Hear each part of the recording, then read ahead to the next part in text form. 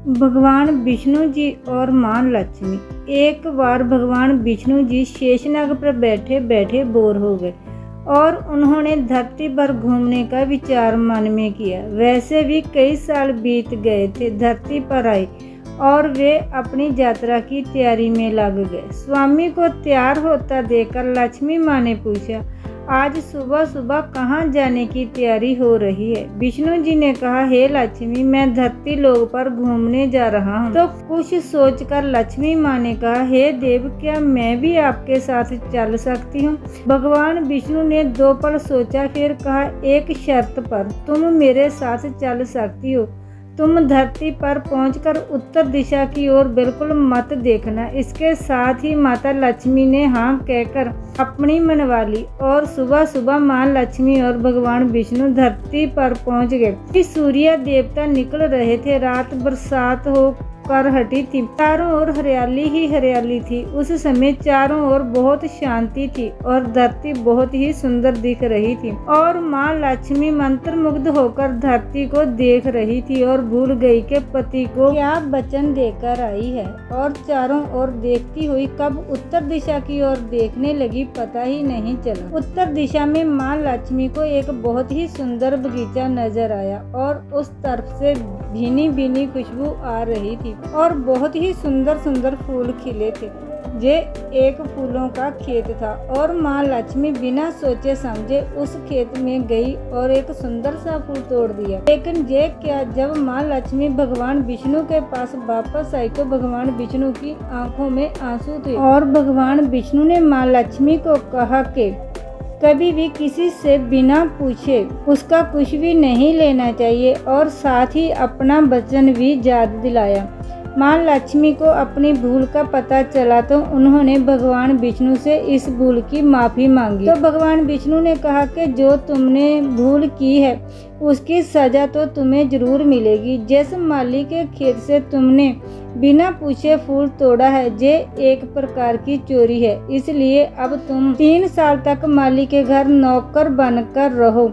उसके बाद मैं तुम्हें बैकुंठ में वापस बुला लूंगा। माँ लक्ष्मी ने चुपचाप सिर झुकाकर हाँ कर। आज कल की लक्ष्मी थोड़े थी और माँ लक्ष्मी एक गरीब औरत का रूप धारण करके उस खेत के मालिक के घर गई।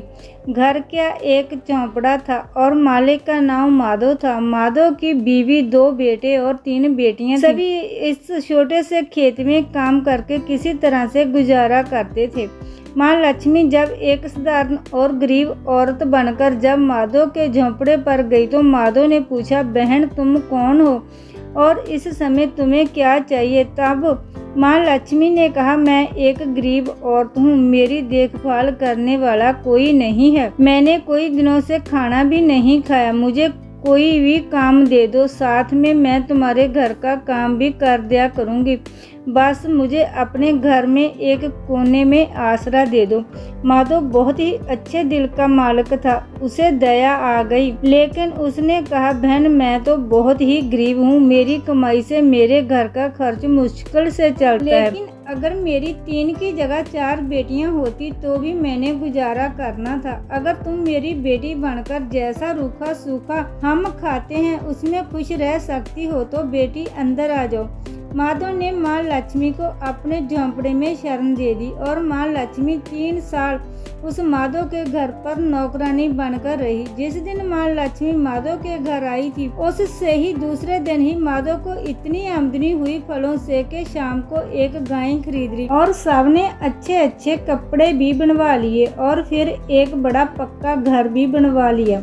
बेटियों और बीवी ने गहने भी बनवा लिए और अब मकान भी बहुत बड़ा बनवा लिया था। माधव हमेशा सोचता था कि मुझे ये सब इस महिला के आने के बाद मिला है। इस बेटी के रूप में मेरी किस्मत आ गई है मेरी। और अब 2-4 साल बीत गए थे लेकिन माँ लक्ष्मी अब भी घर में और खेत में काम करती थी। एक दिन माधव जब अपने खेतों से काम खत्म करके घर आया तो उसने अपने घर के सामने द्वार पर एक देवी स्वरूप गहनों से लदी एक औरत को देखा। ध्यान से देखकर पहचान गया, अरे जे तो मेरी मुँह बेली चौथी बेटी जानी वही औरत है और पहचान गया कि जे तो माँ लक्ष्मी है। अब तक माधव का पूरा परिवार बाहर आ गया था और सब हैरान होकर माँ लक्ष्मी को देख रहे थे। माधव बोला, हे माँ, हमें माफ़ कर, हम ना तेरे को अनजाने में ही घर और खेत का काम करवाया। हे माँ, ये कैसा अपराध हो गया। हे माँ, अब सबको माफ़ कर दो। अब माँ लक्ष्मी मुस्कुराई और बोली, हे माधव, तुम बहुत ही अच्छे और दयालु व्यक्ति हो। तुमने मुझे अपनी बेटी की तरह से रखा, अपने परिवार के सदस्य की तरह से।